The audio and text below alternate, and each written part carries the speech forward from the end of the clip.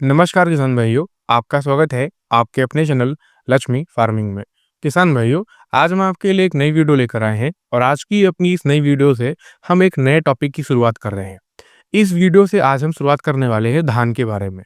किसान भाइयों, धान जो कि एक बहुत ही बेहतरीन फसल है और हमारे भारत देश में सबसे ज़्यादा अधिक मात्रा में धान की ही खेती की जाती है और इससे बहुत ढेर सारे किसान भाई अच्छा पैसा भी कमाते हैं, यानी कि उनका मुनाफा भी काफ़ी बढ़िया और अच्छा होता है। लेकिन सभी किसान भाई अच्छा मुनाफा नहीं कमा पाते हैं।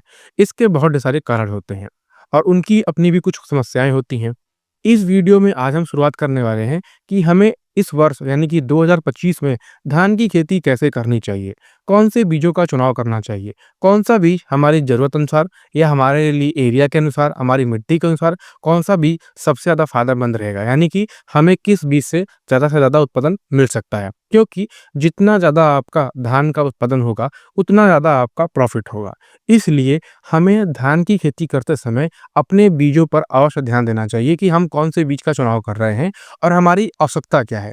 इस वीडियो में आज हम इन्हीं सभी चीज़ों के बारे में चर्चा करने वाले हैं कि 2025 में हमें धान की खेती कैसे करनी चाहिए, किस प्रकार के बीजों का चुनाव करना चाहिए और तमाम इन सभी चीज़ों के बारे में बात करेंगे।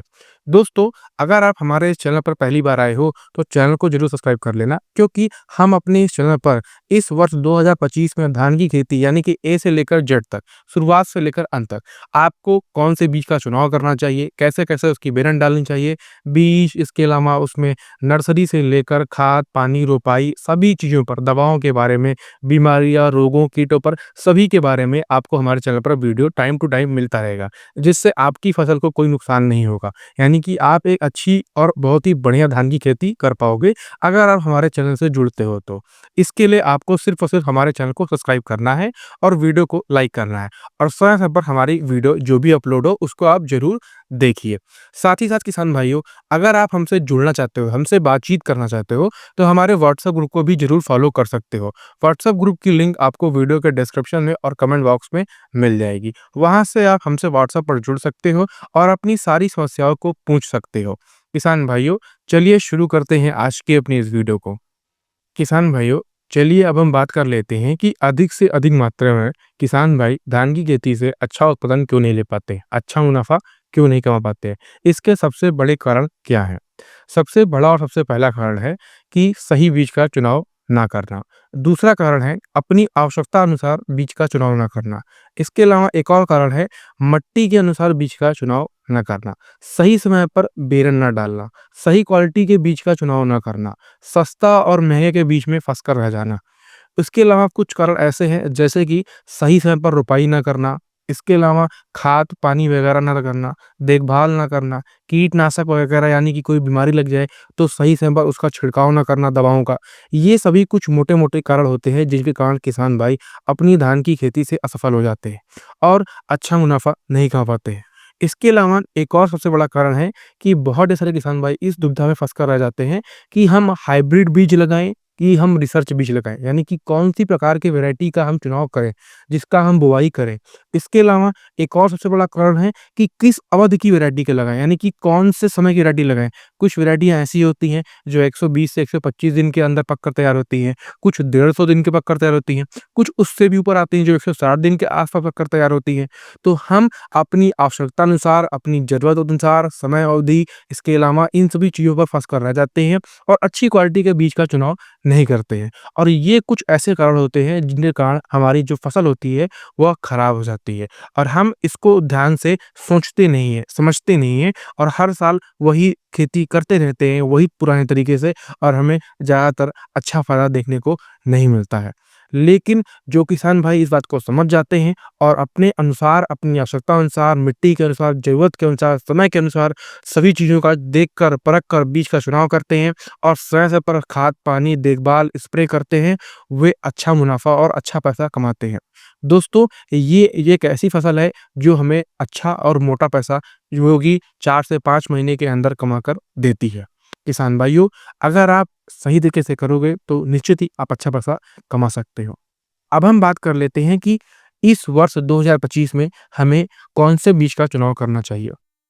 किसान भाइयों, मार्केट में अधिकतर 2 प्रकार के बीज ही आपको देखने को मिलते हैं, एक हाइब्रिड और एक रिसर्च। धान बहुत सारे प्रकार के आते हैं, अलग-अलग कंपनी के आते हैं, अलग-अलग समय अवधि के आते हैं। लेकिन बीज 2 ही प्रकार के होते हैं, या तो हाइब्रिड होगा या तो रिसर्च होगा। इसके अलावा कोई तीसरा बीज मार्केट में नहीं आता है। दोस्तों, अब हम बात करते हैं कि कौन से किसान भाई हाइब्रिड बीज लगाएँ और कौन से किसान भाई रिसर्च बीज लगाएँ।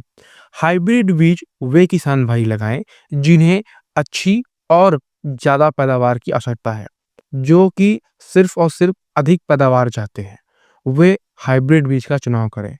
और जो किसान भाई अपने स्वयं के खाने के लिए स्वादिष्ट, मुलायम और चमकदार, लंबा या फिर छोटा, यानी जैसे-जैसे जिसकी ज़रूरत हो, महीन या मोटा, जिसको भी जो लगाना हो, रिसर्च वैरायटी लगाएँ।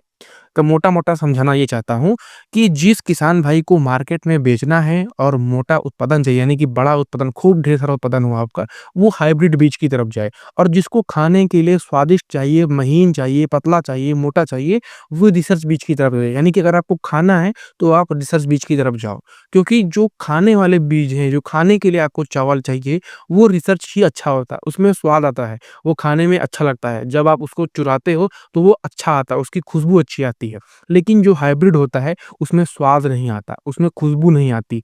इसके अलावा वो काफ़ी मोटा होता है, तो वो खाने में कम अच्छा लगता है। इसलिए जिस भी किसान भाई को बेचना हो, वो हाइब्रिड की तरफ जाए। लेकिन आजकल एक समस्या उत्पन्न हो गई है। हाइब्रिड बीज जो भी किसान भाई बोते हैं, उसको सरकारी जो क्रय केंद्र होते हैं मंडियों में, वहाँ पर लेने में झिझकते हैं। वो लोग कम लेना पसंद करते हैं। रिसर्च ज़्यादा जल्दी बिक जाता है, यानी कि ज़्यादा जल्दी वो लोग ले लेते हैं।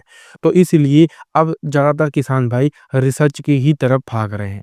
लेकिन आप हाइब्रिड भी लगा सकते हो, बनिया लोग हैं वो सब ले लेते हैं, आप वहाँ पर भी बेच सकते हो। लगभग-लगभग रेट में ज़्यादा अंतर नहीं रहता है। तो मोटा-मोटा ये समझाना था कि किसको हाइब्रिड लगाना चाहिए, किसको रिसर्च लगाना चाहिए। ये रही हाइब्रिड और रिसर्च की बात। अब बात कर लेते हैं समय अवधि की। किसान भाइयों, अगर आपके पास सिंचाई का अच्छा साधन उपलब्ध है और आपके पास खुद का समरसेबुल या ट्यूबवेल है, तब तो आप ऐसी वैरायटी लगाओ जो लगभग-लगभग 140 दिन, 45 दिन की हो, जिसमें अच्छा और ज़्यादा उत्पादन होता है।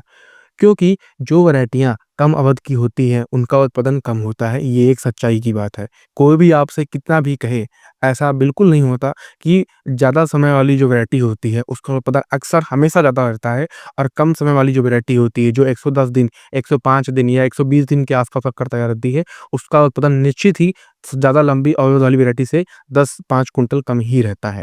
अगर आप हेक्टेयर की बात करो तो। एकड़ की बात करोगे तो 3 से 4 कुंटल तक आपको कम देखने को मिल जाता है।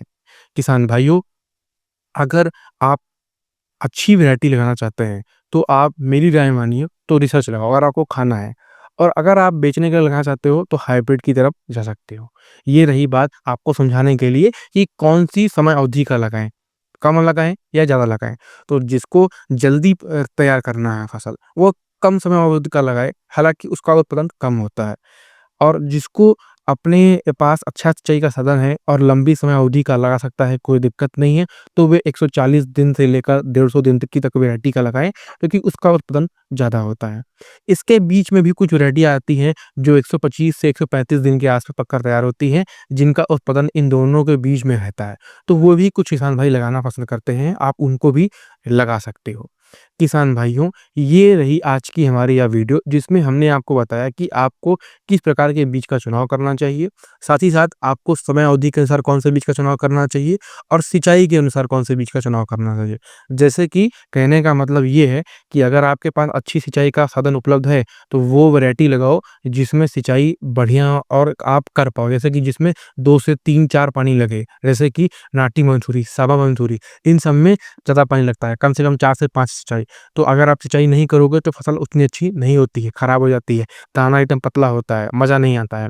और अगर आपके पास सिंचाई का साधन उपलब्ध नहीं है, आप किराए पे लेकर करते हो, या वो जैसे कि खेतों में, मतलब गाँव में अक्सर होता है ना कि एक आध कोई बड़ा आदमी लगा देता है और पूरे सिंचाई करता है, पूरे सवार में सिंचाई करता है। अगर ऐसा कुछ है, तो आप ऐसी वैरायटी लगाओ जहाँ पर आप सिंचाई समय पर कर पाओ और जिसमें 1-2 पानी में ही यानी कि 2 ज़्यादा से ज़्यादा 2 से 3 पानी में हो जाए, जो कम समयावधि की हो, जैसे 120 से 125 दिन की हो, तो आप ऐसी वैरायटी का चुनाव करो। इससे क्या होगा, आपकी फसल तैयार हो जाएगी, उत्पादन भी बढ़िया होगा, क्वालिटी भी अच्छी रहेगी। हालाँकि उत्पादन थोड़ा कम रहेगा, लेकिन और परेशानी तो नहीं होगी। अगर आप मान लो लंबी लंबी समय के लिए लगा दिए, सिंचाई नहीं कर पाए, पानी आपको नहीं मिल पाया समय पर, तो वो आपकी फसल भी खराब होगी, टाइम भी खराब होगा, पैसा भी खराब होगा, खेत भी खराब हो रहा है। तो ये सब नुकसान आपको सोच कर, देख कर करना चाहिए।